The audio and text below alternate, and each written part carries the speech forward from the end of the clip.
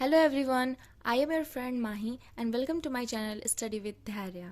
आज हम previous year की अपने इस वीडियो लेक्चर की सीरीज़ में 67th बीपीएससी प्रीलिम्स के एग्ज़ाम की प्रीवियस ईयर क्वेश्चंस को करने जा रहे हैं, जिसमें हम सिर्फ मॉडर्न हिस्ट्री के क्वेश्चंस को करेंगे।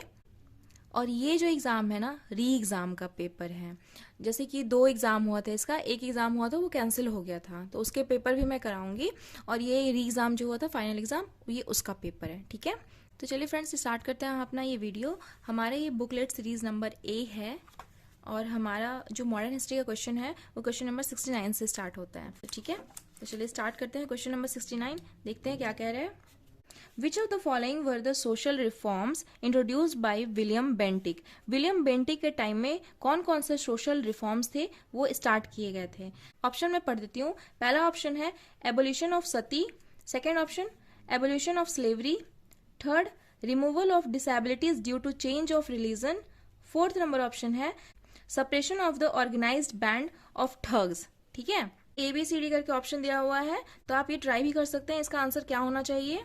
तो फ्रेंड्स इस क्वेश्चन का आंसर है option number C, 1, 2 and 4। 1, 2 and 4 कैसे, तो चलिए इसको हम थोड़ा सा देख लेते हैं। इससे ये हमारा क्वेश्चन नंबर 69 है। विलियम बेंटिक के बारे में इसमें लिखा गया है। तो विलियम बेंटिक का टाइम पीरियड जो है वो 1828 से 1835 तक था। ठीक है, 1828 से 1835 तक का इनका टाइम पीरियड है। इनके टाइम पे ही चार्टर एक्ट 1833 आया था, जिसके तहत गवर्नर जनरल ऑफ बंगाल को गवर्नर जनरल ऑफ इंडिया कहा जाने लगा। तो हमारे first governor general of India William Bentinck हो जाते हैं। ये क्वेश्चन भी प्रीवियस ईयर बीपीएससी में पूछा हुआ है, इवन कि ये क्वेश्चन यूपीएससी में भी पूछा हुआ है। ठीक है, कि हमारे first governor general of India कौन थे, तो विलियम बेंटिक थे। इनका टाइम पीरियड भी अच्छे से याद कर लीजिए, 1828 से 1835 तक है। ठीक है, तो चार्टर एक्ट 1833 इन्हीं के टाइम में आया है, जिसके तहत गवर्नर जनरल ऑफ बंगाल को गवर्नर जनरल ऑफ इंडिया कहा जाने लगा। दूसरा एबोल्यूशन ऑफ सती भी इन्हीं के टाइम पे हुआ है, 1829 में राजा राम मोहन रॉय के हेल्प से। राजा राम मोहन राय ने सती प्रथा का जो क्रिटिसिज्म है वो इसकी संवाद कौमुदी में किया था और उनको हटाने की बात कही थी।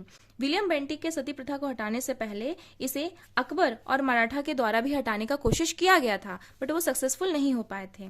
ठीक है, तो पहला इनके टाइम में हो गया एबोल्यूशन ऑफ सती। दूसरा है एबोल्यूशन ऑफ स्लेवरी 1843 में, ये एलन बरो के टाइम पे है। स्लेवरी मतलब जिसको बोलते हैं दास प्रथा का अंत, 1843 में है, एलन बरो के टाइम पे। अब है बैन ऑन ठग, ठग प्रथा को खत्म किया गया था 1830 में, कैप्टन स्लीमैन। ये बहुत इंपॉर्टेंट है, कैप्टन स्लीमैन। तो इस तरह से आप देख सकते हैं एवोल्यूशन ऑफ सती किया गया था 1829 में, एवोल्यूशन ऑफ स्लेवरी कब किया गया था, 1843 में एलन बरो। ठीक है, 1843 एलन बरो, 1829। तो इस तरह से हमारा ऑप्शन नंबर 1, 2 एंड 4 हो जाएगा। ठग का अंत कब हुआ है, 1830 में, कैप्टन स्लीमैन। अब बात रही ऑप्शन 3 की, तो removal of disabilities due to changes of religion. ठीक है, अब इसके बारे में बात करते हैं। ये जो एक्ट था ना, द रिलीजियस डिसेबिलिटीज एक्ट 1850 में ही आया था।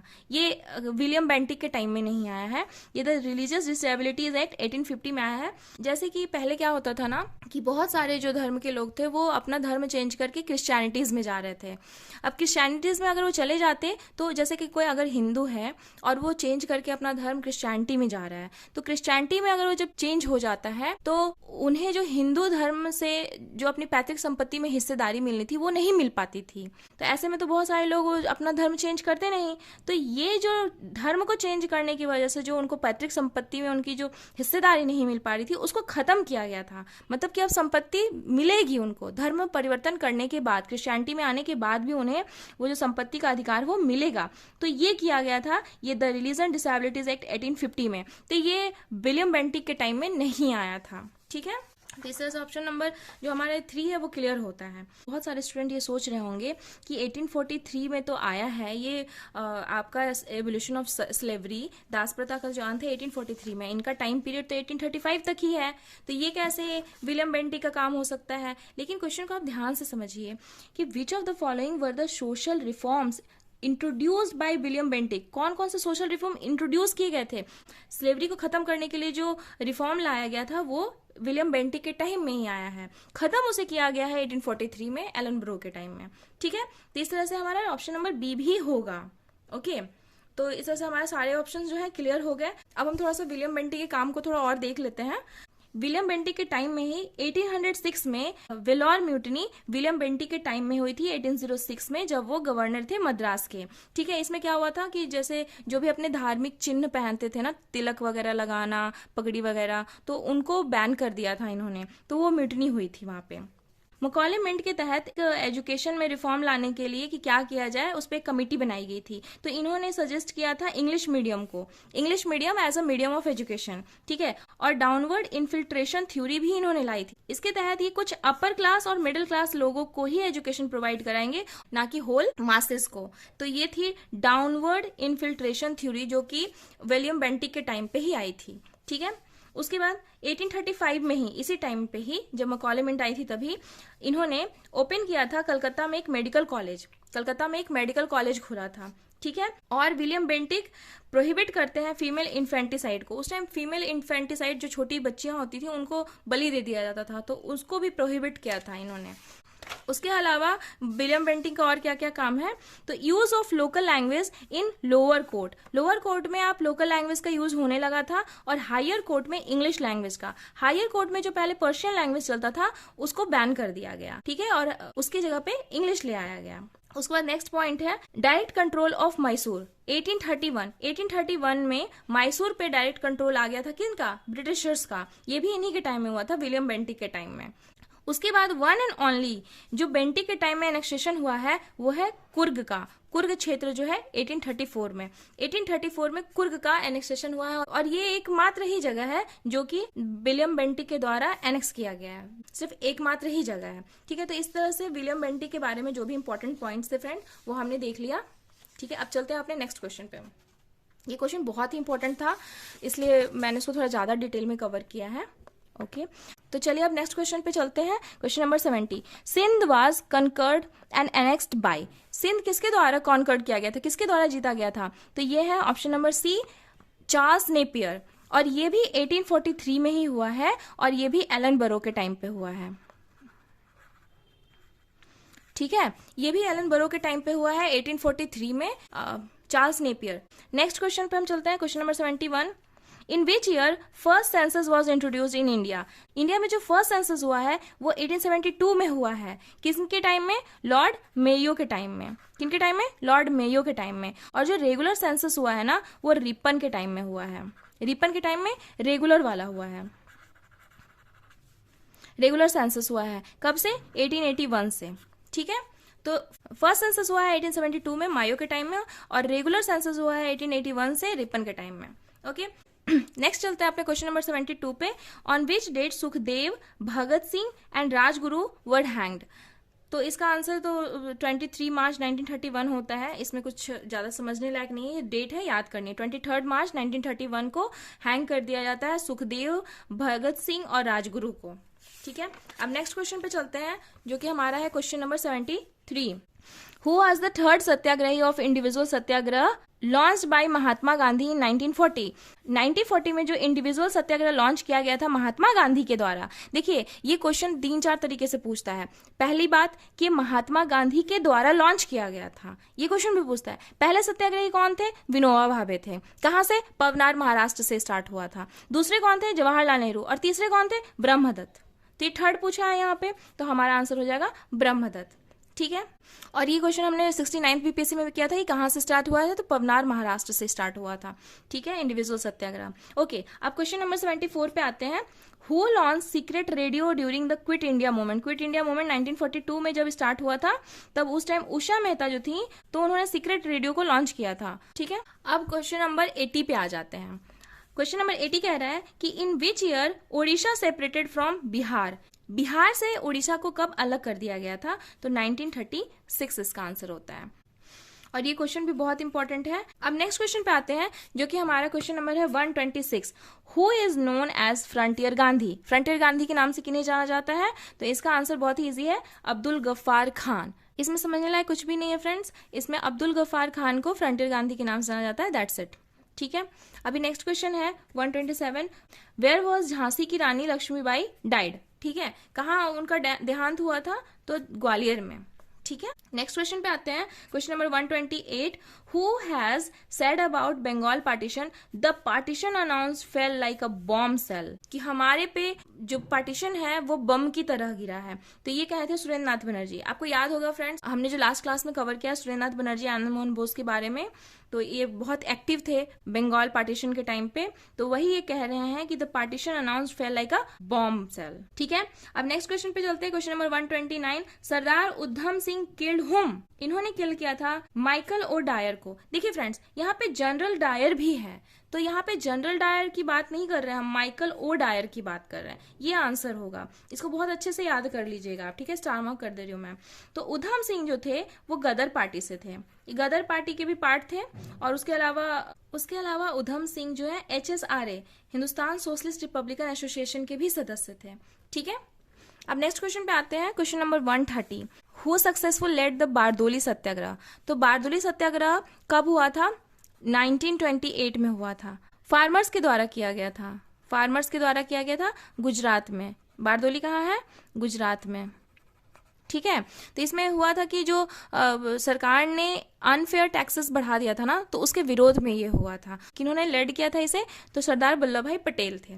ठीक है, 1928 में फार्मर्स ने किया था गुजरात में। ओके, नेक्स्ट क्वेश्चन पे आते हैं, question number 131, Who among the following was not a member of cabinet mission sent to India in 1946? ये क्वेश्चन 69 बीपीएससी में भी रिपीट हो चुका है, इसलिए मैं इसे स्टार मार्क कर देती हूँ। तो कौन कौन थे? क्रिप्स थे, अलेक्जेंडर थे और लॉरेंस थे। तो कौन नहीं थे? तो रामसे मैकडोनाल्ड नहीं थे। उसके बाद हम नेक्स्ट आते हैं, question number 132, in which year the famous Gandhi Irwin pact took place. कौन से साल में गांधी इरविन पैक्ट हुआ था? तो 1931 में हुआ था। 1931 में भी 5 मार्च, क्योंकि कभी कभी डेट भी पूछ लेता है, तो 5 मार्च 1931 में ये हुआ था, और इसे गांधी इरविन पैक्ट को दिल्ली पैक्ट के नाम से भी जानते हैं। ठीक है, तो दिल्ली पैक्ट और गांधी इरविन पैक्ट सेम चीज है, तो गांधी इरविन पैक्ट की जगह अगर दिल्ली पैक्ट बोले तो कंफ्यूज नहीं होना है, ये इसी की बात कर रहा है। ठीक है, अब नेक्स्ट क्वेश्चन पे आते हैं, in which session Indian National Congress pass complete independence resolution. Complete independence या पूर्ण स्वाधीनता का जो रेजोल्यूशन है वो कब पास किया गया था? तो 1929 में। 1929 31 दिसंबर, 31 दिसंबर को रावी नदी के किनारे, जो रावी रिवर है, रावी नदी के किनारे 1929 में ये लाहौर सेशन हुआ था, जिसके हेड थे जवाहरलाल नेहरू।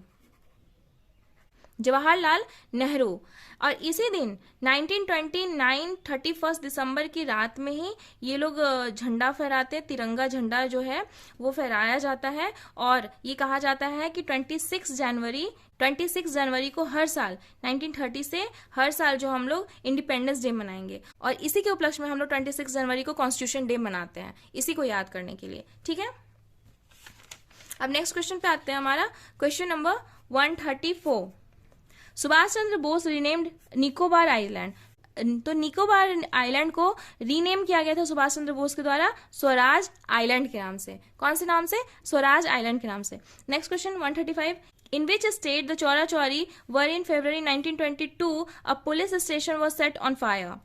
तो ये चौरा चौरी कहाँ है? तो उत्तर प्रदेश में है। तो जब ये चौरा चौरी का कांड हुआ था 1922 में, तो पुलिस स्टेशन में आग लगा दी गई थी।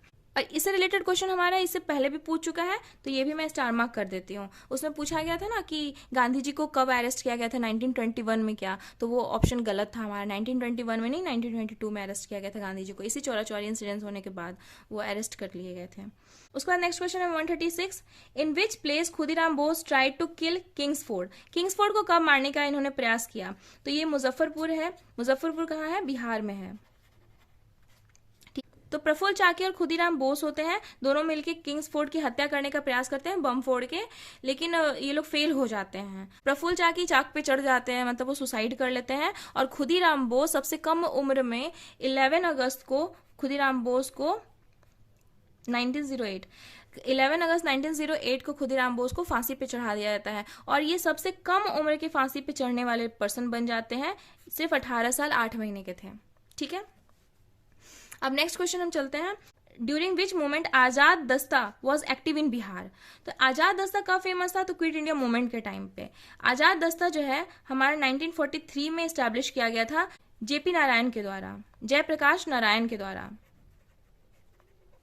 ठीक है। और ये जयप्रकाश नारायण जो है वो हजारीबाग की जेल में बंद थे। 1942 का जो क्विट इंडिया मूवमेंट चल रहा था, तो 0 आवर के तहत सारे लीडर्स को बंद कर दिया गया था, जिसमें जयप्रकाश नारायण को हजारीबाग की जेल में रखा गया था। और ये क्वेश्चन देखिए यहीं पे पूछा हुआ है कि जो 1942 के टाइम पे कौन से ओकेजन पे जयप्रकाश नारायण जो है वो जेल से भाग गए थे, हजारीबाग जेल से। ठीक है, तो ये दीपावली है इसका आंसर। तो ये दोनों क्वेश्चन सेम है, इसलिए मैंने साथ में बोल दिया। ओके, तो नेक्स्ट क्वेश्चन 138 पे आते हैं। Who was allotted the portfolio of labour department in the interim governments cabinet इन 1946? 1946 में जो हमारा इंटरिम गवर्नमेंट, जो हमारा इंटरिम कैबिनेट बनता है, तो उसमें लेबर डिपार्टमेंट किसे मिला था? तो ये आंसर है जगजीवन राम को, जगजीवन राम को। ठीक है, ओके, नेक्स्ट क्वेश्चन 139 हो चुका है। अब लास्ट क्वेश्चन है हमारा 140। Doctor Rajendra Prasad was elected the chairman of the constituent assembly in, कब चुने गए थे? कब वो कॉन्स्टिट्यूएंट असेंबली के चेयरमैन चुने गए थे? तो 1946 दिसंबर 1946 एग्जैक्टली अगर मैं बात करूं तो 11 दिसंबर 1946 को ये परमानेंट चेयरमैन चुने गए थे हमारे राजेंद्र प्रसाद, जो हमारी कॉन्स्टिट्यूएंट असेंबली बनी थी 1946 में। ऐसे ये बने, ऐसे इसकी पहली मीटिंग जो हुई थी 9 दिसंबर 1946 को हुई थी, जिसमें हमारे टेम्पररी चेयरमैन जो सच्चिदानंद सिन्हा को चुन लिया गया था। लेकिन उसके 2 दिन बाद 11 दिसंबर को राजेंद्र प्रसाद को परमानेंट चेयरमैन चुना गया था हमारे कॉन्स्टिट्यूएंट असेंबली का 11 दिसंबर 1946 को। तो इस तरह से फ्रेंड्स हमारा खत्म होता है ये 67th बीपीएससी का जो री एग्जाम हुआ था उसका क्वेश्चन पेपर का एनालिसिस मॉडर्न हिस्ट्री के हिसाब से। तो आपको अगर अच्छा लगा हो तो लाइक कर दें। Thank you.